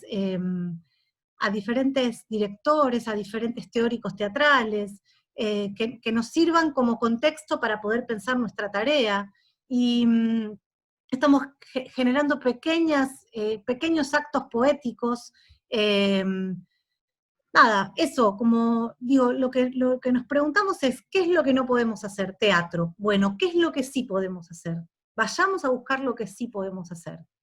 Y es aprender a organizarnos mejor, reforzar los vínculos con la comunidad, volver a nombrarnos, saber quiénes somos, qué hacemos, qué queremos. Es como si yo les dijera que estamos cargando cartuchos para que cuando tengamos que salir a la calle tengamos un montón de nutrientes que nos permitan organizarnos con más fuerza, porque sabemos que ahora cuando podamos volver, acá en la Argentina siempre vamos a volver, este es nuestro gran lema, a volver, vamos a volver, siempre estamos volviendo de alguna tragedia. Entonces, estamos como alimentándonos bien como para que cuando tengamos que volver a lo nuevo, que va a ser tremendo, tan trágico como esto, por lo menos nos agarre unidos y organizados. No quiero ser peronista, pero lo soy, no me queda otra. También, acá o sos peronista o estás de un lado que no es la vida para mí. Entonces, bueno, un poco eso. Por eso dijimos, o nos comen los piojos, o nos organizamos para que la cosa siga, porque esto tiene que seguir.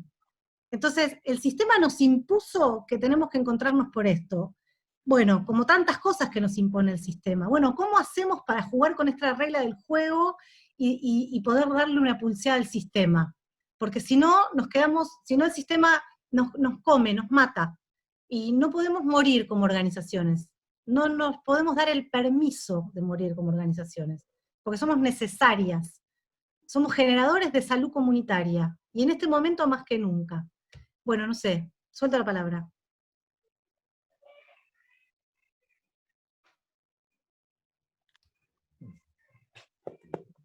Eva, Ricardo. Estaba notando esto de no nos podemos dar el permiso, estaba muy bueno eso, porque si no, serio, nos come la angustia, que no hay que negarla, la estamos teniendo, pero cómo nos fortalecemos, porque después hay que seguir. En el caso nuestro, bueno, un poco contrario al grupo de Agustina, somos bastante personas mayores en el grupo, que también eso es una adicional que hay que tener en cuenta. Pero una de las cosas que estamos haciendo es reconstituir nuestra propia historia, porque cuando un grupo ya tiene muchos años, hasta los propios integrantes del grupo a veces no saben la historia del grupo donde están. Entonces estamos aprovechando este tiempo para poder retransmitirnos hacia adentro nuestra propia historia, nuestra memoria, porque a veces lo hacemos hacia el barrio y a veces nos olvidamos de hacerlo hacia adentro del grupo. También los más jóvenes están armando videos, nos estamos encontrando por Zoom. A veces el sábado pasado nos encontramos 100 personas juntas por Zoom, era un delirio, pero nos veíamos las caras, hablábamos entre todos. Y hay 2 ejes en esto también, en este momento, que yo digo, Uno es el afectivo, el de mantener este encuentro, mantener el encuentro, y otro también cómo lo mantenemos económicamente, porque también los grupos, bueno, el caso de Agustina lo acaba de decir, tenemos espacios que mantener, tenemos sueldos que pagar, porque hay compañeros que están profesionalizados en la coordinación del teatro comunitario, y tampoco lo podemos abandonar eso. Entonces son dos caminos que tenemos que trabajar continuamente. Por suerte el teatro comunitario también tiene una avanzada que tiene redes que sostienen, porque desde hace años, en el caso nuestro, tenemos lo que se llama amigos del circuito, o sea, cientos de personas que colaboran con una pequeña cuota mensual para que el proyecto exista y se mantenga. Hemos hecho una campaña a nivel nacional e internacional que nos apoye, y evidentemente hemos hecho algo bien porque estamos recibiendo apoyos de personas que nos han conocido, que han visto nuestro espectáculo, que han hecho pasantías con nosotros, y que nos están ayudando, en este caso económicamente, para decir no naufragar, poder llegar a la costa, poder decir, bueno, como decía, decía Agustina, no nos podemos permitir que esto se venga abajo, que esto se desintegre, porque creo que vamos a hacer mucha falta, porque va a haber que nuevamente religar lazos sociales, va a haber que hacer algo que yo me pregunto cómo, que lo vamos a tener que hacer, volver a crear confianza en el cuerpo del otro. En este momento nos ponemos el barbijo y si salimos a la calle esquivamos al que viene cerca.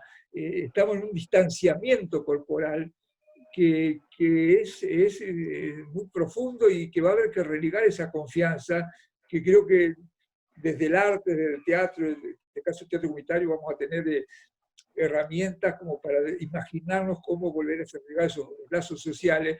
Y otra cosa que maneja el teatro comunitario muy bien, porque ha hecho una estética de eso, es el espacio público, que quizás sean los espacios que primeramente vamos a poder volver a utilizar.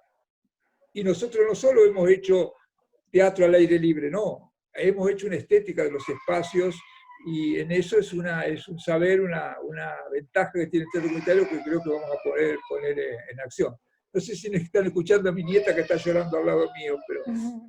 ¡Qué linda! Sí, porque yo estoy en cuarentena como el teatro comunitario, todas las generaciones juntas. Pero bueno, eso un poco Hay una cosa que decís, Ricardo, que me parece que tenemos que estar alertas, porque el sistema, que está buenísimo con lo que decís, el sistema también ahora está imponiendo que el espacio público es este es un nuevo espacio público. Y esta es una nueva forma de ritualidad que nos quieren implantar. Y nosotros, si hay algo que yo he aprendido particularmente de vos, que si nosotros si hay algo que somos creadores de ritos, de ceremonias. Entonces tenemos que estar muy organizados porque no tenemos que permitir que nos roben la ceremonia, que nos roben el ritual de encuentro, que nos impongan esta ritualidad. Esta ritualidad es inhumana. Digamos, puede ser útil, ¿no? Puede ser funcional para lo que nosotros ahora estamos haciendo, pero tenemos que estar fuertes para pelear porque podamos seguir generando ritos de encuentro profundos, humanos, cuerpo a cuerpo, generando, como dice Dubati, convivios reales. Saber que el convivio está suspendido, pero que nosotros lo tenemos como sueño, lo tenemos como meta. Y digo, porque esto va a haber que desnaturalizarlo socialmente, va a haber que volver a trabajar con eso, vamos a tener que volver a coser partes, porque esto se viene, digo, hay mucho, en el discurso de mucha gente es, bueno, pero al final es lindo, estoy en casa, tomo mate, y no, hay algo de eso en mucha gente que, no sé, hoy otra compañera estábamos tratando de armar un festival nosotros, porque hacemos un festival de títeres todos los años, un festival para niñez, y una compañera decía que otros cirqueros se habían sorprendido porque por esta vía habían recaudado más guita de gorra que lo que les pasa presencialmente. Ojo al piojo, tengamos mucho cuidado. O sea, ¿no? Digo, por eso tenemos que estar más unidos y organizados que nunca, y muy fuertes para lo que vendrá, porque así como nos impusieron Netflix, ahora se viene el mundo Zoom y la ritualidad humana a través de Zoom, que no es una pavada, ¿no? Digo. Eva, ¿qué opinas de todo esto? Sí, en el lugar que a mí me agarró esta experiencia, que ha sido así un momento de articular y de proyectar y pensar y tal, y no tanto de práctica, para mí ha sido muy interesante cómo los colectivos con los que trabajo se han visto obligados a flexibilizarse y a adaptarse. Y quizás cosas que antes de esto, una semana antes, eran imposibles de imaginar o de asumir, ¿no? Las reglas del juego no se podían cambiar, de pronto de un día para otro se pueden cambiar porque lo inédito de esta situación, el desconocimiento que produce, este espacio de no estar ni en un lugar ni en el otro y por lo tanto estar en todo lo posible, sí creo que para determinadas personas o determinados colectivos, estoy de acuerdo un poco con Agustina, que para otros la vivencia no está siendo así, lo hemos podido aprovechar, si queréis, para justamente colar algunos elementos que poco tiempo antes eran inasumibles, ¿no? Y eso me da la pista de que quizás en determinados aspectos sí estamos ante la posibilidad de crear otra cosa, ¿no? A mí me fastidia mucho cuando aquí se habla de volver a la normalidad, ¿no? Yo no quiero que volvamos a la normalidad. La normalidad ya era tremenda y ahora se ha mostrado como un verdadero monstruo que hay que asumir y cambiar, ¿no? Y creo que este parón además invita al silencio y al recogimiento, ¿no? No quiero decir con eso la desconexión ni la falta de conciencia, ¿eh? Pero yo imagino mis semanas antes del confinamiento y necesitaba parar. Necesitaba cuidarme, necesitaba escucharme, necesitaba dormir. Y necesitaba contactar y hablar con personas a las que quiero con calidad y con condiciones que acompañen ese encuentro. Y sin defender esta situación, este parón sí ha permitido eso, si te posicionabas en ese lugar, ¿no? Y tengo la sensación de que nos estamos haciendo más fuertes para lo que viene fuera, no estamos poniendo energía en lo que vendrá porque no lo sabemos, con lo cual ya hay un cambio respecto a la etapa anterior, que siempre estamos pensando en el siguiente mes, en el siguiente año y anticipando lo que vendrá por conocido. Ahora no lo conocemos, así que hay dos opciones. O centrarse en el momento presente y fortalecerse desde un lugar, yo creo, de conciencia íntima y colectiva con lo que está ocurriendo, para que cuando se abra la veda podamos salir fuertes, ¿no? Yo he tenido una experiencia muy interesante. Aquí ha habido, sobre todo en Barcelona, ha habido un movimiento muy, muy fuerte bueno, creo que en toda España, pero la que yo he tenido, de colectivos, crear redes, Nosotros estábamos muy, muy, muy atomizados. Era un absoluto reino de taifas donde no se entendía el concepto de sistema, en el que todos somos un sistema y estamos interconectados y lo que yo hago va a influenciar en lo que te va a venir a ti después, etc. Y esta experiencia nos ha llevado un poco a buscar de manera intuitiva ese colectivo.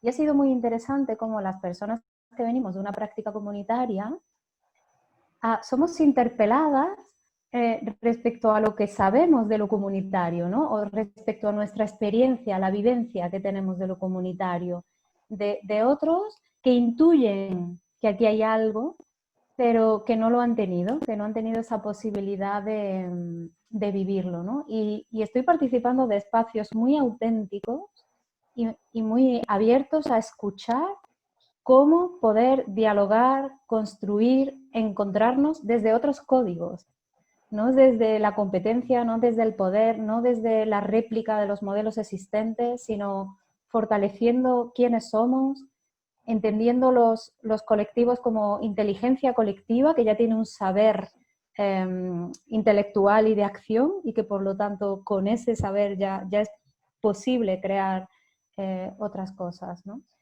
Y después aquí ha habido muchos proyectos que sin llegar a hacer teatro, yo creo que reproducir lo que hacíamos en lo virtual hubiese sido un error, pero esto es una opinión personal. Pero sí han usado esas herramientas y quizás ese desparpajo y ese atrevimiento que nos da el conocer el espacio público y el relacionarnos con la ciudadanía desde lo espontáneo, para generar pequeña comunidad, ¿no? Ha habido música en balcones, ha habido cantantes que cantaban para sus vecindarios, pequeños sketches, corriendo en vivo desde esas nuevas comunidades que se han construido en esta experiencia del encierro, ¿no? Donde por primera vez quizás has puesto cara a la vecina que tienes enfrente de tu balcón y que hasta ahora no habías tenido ocasión de encontrarla, ¿no? Y en el caso de las jornadas, vamos, como decías, las suspendimos en mayo y las vamos a hacer en octubre. Y está siendo muy interesante cómo estamos pensando en que este formato virtual provoque algún tipo de contacto. Un contacto que no va a ser físico, un contacto que no va a ser de piel, pero ¿qué tipo de contacto podemos construir desde aquí? Y para mí ha sido muy importante que el evento se siga manteniendo, pero sin querer perder esa cuestión que tiene que ver con su ADN, ¿no? Y no nos haya arrastrado este formato frío, distante, donde, bueno, parece que solo con lo discursivo sería suficiente, ¿no? Bien, muy bien. Bueno, les paso una pregunta que llegó, la última antes de pasar al cierre, que es que sintéticamente cuenten cómo se gestionan, cómo funcionan, cómo se financian vuestros proyectos. Bueno, a ver, no, yo algo dije, una es esta autosustentabilidad de vecinos que apoyan el proyecto con pequeñas cuotas mensuales. Otra también proyecto que tiene que ver con el Estado, a nivel nacional y a nivel municipal. El tema que estamos peleando con el Estado es que hay, diríamos, subsidios que están a disposición, pero todavía no está el dinero. O sea, que a veces la burocracia no se ha dado cuenta que estamos en pandemia, que estamos en un momento distinto, entonces se toman los tiempos como si nada pasara. Y bueno, estamos peleando para que se aceleren los caminos burocráticos de apoyo a la actividad que hacemos. En el caso nuestro hasta hemos hablado con los dueños del lugar, que es una pareja de adultos mayores, ya muy grande, de poder bajar lo que estamos pagando el alquiler, porque no podemos pagar lo que tenemos que pagar por alquiler porque no nos alcanza el dinero. O sea, estamos en un momento de sobrevivencia, de mantenernos a flote y de llegar a la costa en la medida de lo posible. Bien. Bien, estamos en una circunstancia muy parecida de la que habla Ricardo. En este momento nos estamos sosteniendo con los aportes que hacen los compañeros y estamos tratando de armar un sistema de asociados. Y después nos anotamos a todos los subsidios que hay, pero bueno, nada, está muy difícil porque el alquiler es muy alto y también hablamos con los dueños para ir generando acuerdos, pero estamos en una situación muy crítica porque también, como decía antes Ricardo, no es solamente el pago del alquiler, sino que hay compañeros que viven de esto, y que en este momento no se puede decir, bueno, no hay más trabajo, digamos, porque nadie puede salir a buscar trabajo. Entonces, nada, estamos ahí como tratando de ver por dónde sacamos, por dónde generamos. Y también lo que pasa en los estados, no sé cómo será en Europa, pero son cada vez más chiquito, digamos, ¿no? Hay una reducción del presupuesto estatal porque está todo transferido a salud. Entonces, también eso es difícil, porque es como, no sé, recién decía Ricardo, eso, aparecieron un montón de subsidios, pero no sabemos cuándo van a aparecer, y hay una necesidad medio inmediata de que aparezca, y bueno, nada, en eso estamos también, bastante angustiantes, estas cosas. Yo en el caso de los proyectos que participo es algo diferente. En el caso de los proyectos que están ligados a una institución hay una apuesta de la institución, en ocasiones con presupuestos que todavía no existen, pero con una voluntad de buscar los recursos y de generarlos y a través de convocatorias. Pero en el caso de las entidades ya era una situación muy desesperante acá, porque aquí hay muchas convocatorias, pero son anuales, requieren muchísimo trabajo, hay que empezar los proyectos cuando no vas a tener las resoluciones hasta mayo o junio del año, por lo tanto eso recae sobre los equipos y sobre las personas que están acompañando a los grupos y en esa situación había mucho de militancia y de compromiso. Y ahora acá hay un discurso sobre la ayuda a la cultura, pero esa cultura hegemónica, profesionalizada, y no se nombra esta otra cultura que pareciera accesible o secundaria o que está un poco en las fronteras. Y para mí me pregunto cómo van a poder subsistir estos proyectos cuando además... En nuestro caso había algunos que eran sólidos de esta precariedad que os comento, pero que no pueden resistir 4 o 5 meses sin saber si va a haber ayudas, ¿no? Aquí tener un local para un proyecto de arte comunitario es inédito, no tenemos locales. Nos acogen en residencia, en algún centro cívico o en algún centro cultural o algo así, pero... Se viene difícil a ese nivel. Bien. Bueno, gracias, Eva. Ya para dar un cierre, y voy invitando a Soledad que se vaya acercando aquí para sumar las reflexiones finales, yo les pido a ustedes tres que me hagan una síntesis. ¿Qué les ha parecido? ¿Qué es lo que opinan sobre este tema? Un poco el eje que nos convocó, que es el contacto, ¿no? ¿Qué pensar del contacto en estas circunstancias?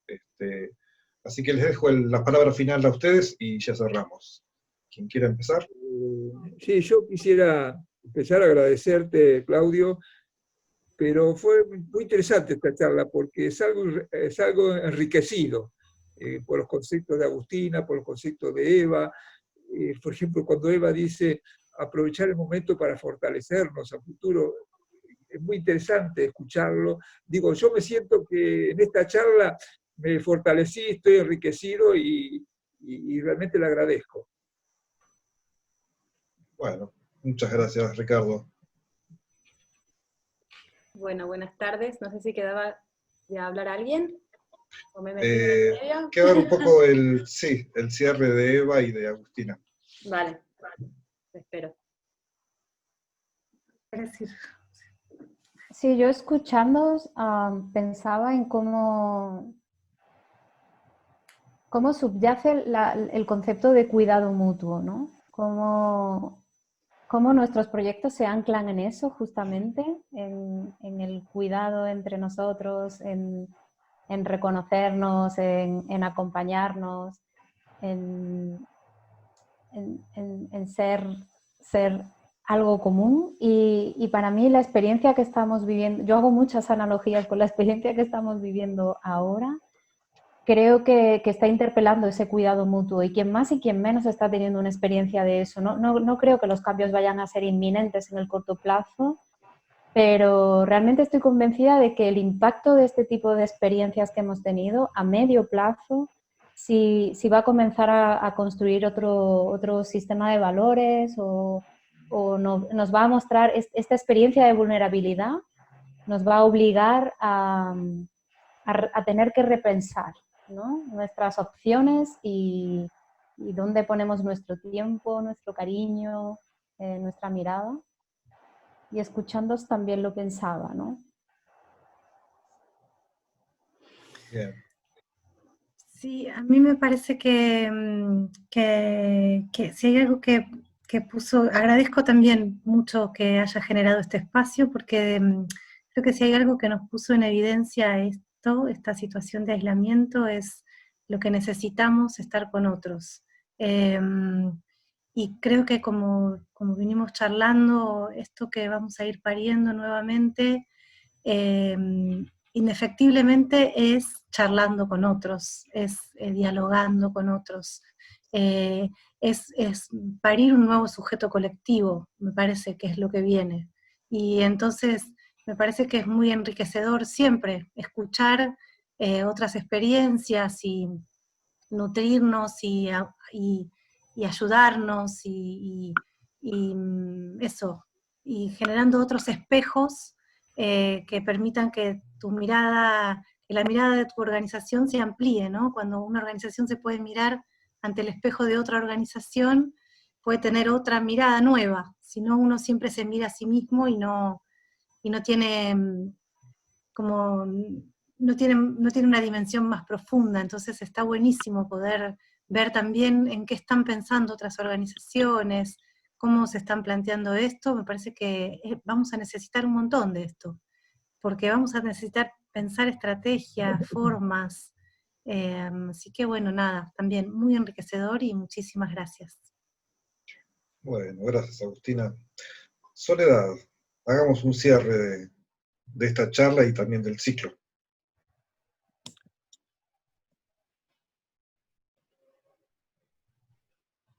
Sole. Ay, es que me olvido de desmutearlo. Con esta charla cerramos 4 encuentros, ¿verdad, Claudio? De Hablamos. Así es. Que surge por la necesidad de cómo se titula este último, del contacto, que bien lo decía Agustina, de encontrarnos hablando como pares, como hacedores en esta situación tan particular, que ni siquiera es una crisis al uso, ¿no? Porque en otras crisis que ha vivido el teatro todavía se ha podido hacer de manera clandestina, y sin embargo esto, que es una crisis sanitaria, nos responsabiliza como humanos, ¿no? Desde otro sitio, así que no podemos movernos. Sin embargo, voy a rescatar una cosa que decía Eva, de que nombraba todo lo que ha pasado aquí, también creo que en Argentina, con la sociedad en los balcones, creando cosas, cantando.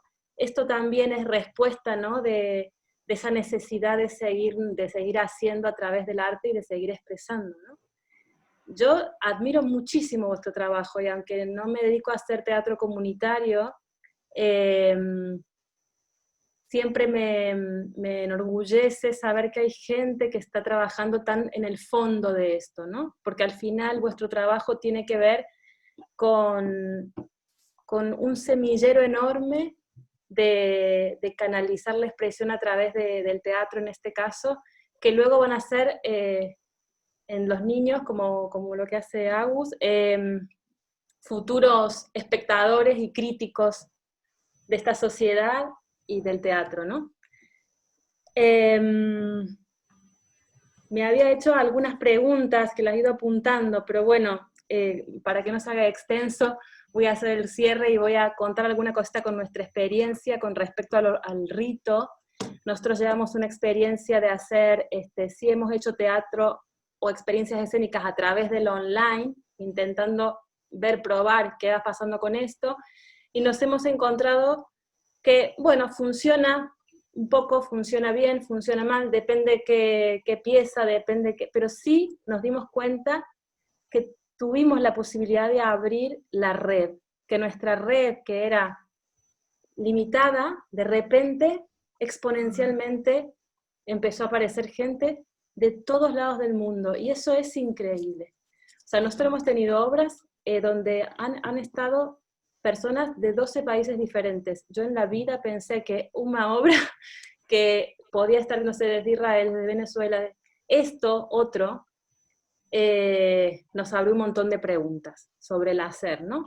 Y sobre la red.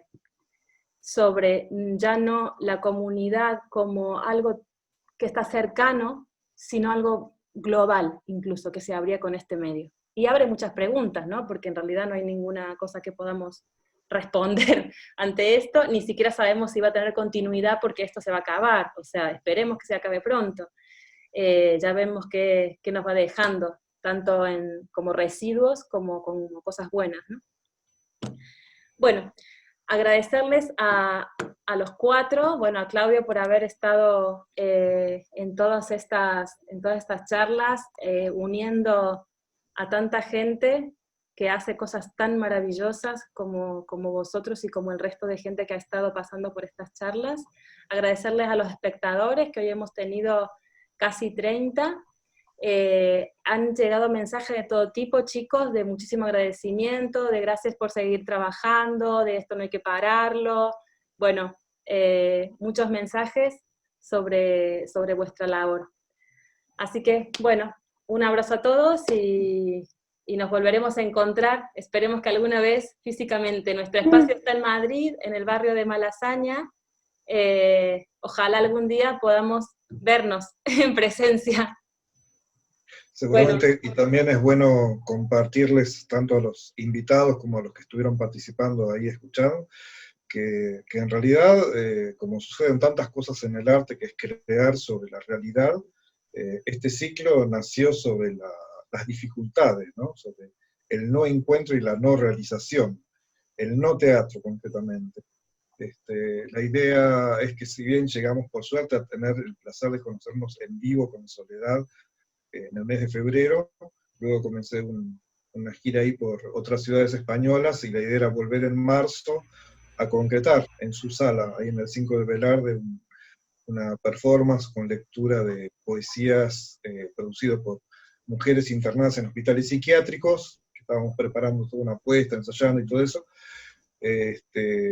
junto a Natalia Álvarez, otra cordobesa de Madrid, y no llegamos a concretarlo. Y del diálogo posterior salió la idea de, bueno, generemos una propuesta, aprovechemos las redes virtuales para algo y nuestro contacto, y generamos este ciclo. Hablamos que en principio fue para incluir a teatristas argentinos en España, después se fue ampliando la propuesta, incluyó estos otros temas, así que de ahí nació todo esto y estas posibilidades de encuentro, crear sobre las dificultades, resiliencia práctica, que diríamos. Así que muchísimas gracias a todos por haber participado, muchísimas gracias Sole por este vínculo, y a todos espero encontrarlos pronto o en los próximos meses en vivo y festejar en presencia de alguna bebida que nos reúna nuevamente. Gracias, Eva. Recuerdo en esta ceremonia profunda, mente humana, que es el teatro. Ojalá volvamos a ver ahí. Así es. Bueno, muchísimas gracias a todos. Muchas gracias. Voy a dejar un vídeo de cierre, ¿vale? Y nos despedimos. Muchas gracias, chicos. A ustedes, muchas gracias. Adiós. Muchísimas gracias. Hasta luego. Gracias. Cuidaros. Igualmente, sí. Igualmente.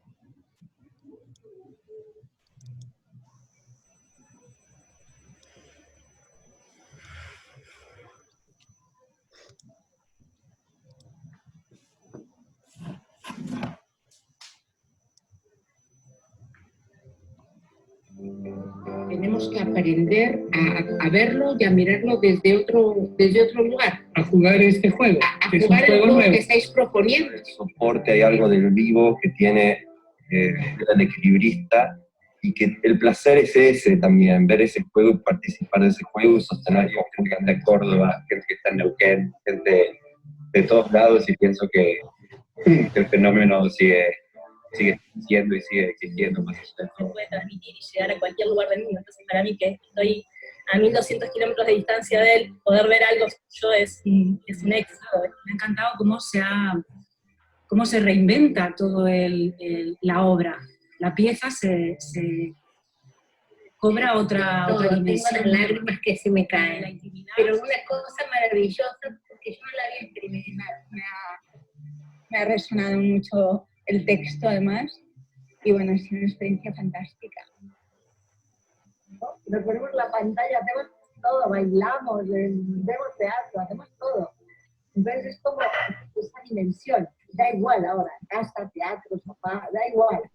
Como traspasar esas barreras que al final es siempre feliz de poder ver teatro de esta manera, nos parece imposible. Y me emocionaste y fue genial, entonces esto tiene que continuar, tiene que ser un camino que se abra para el teatro y para que pueda llegar con el arte a todos lados. La verdad que... Te estaré esperando aquí hasta que todo esto termine.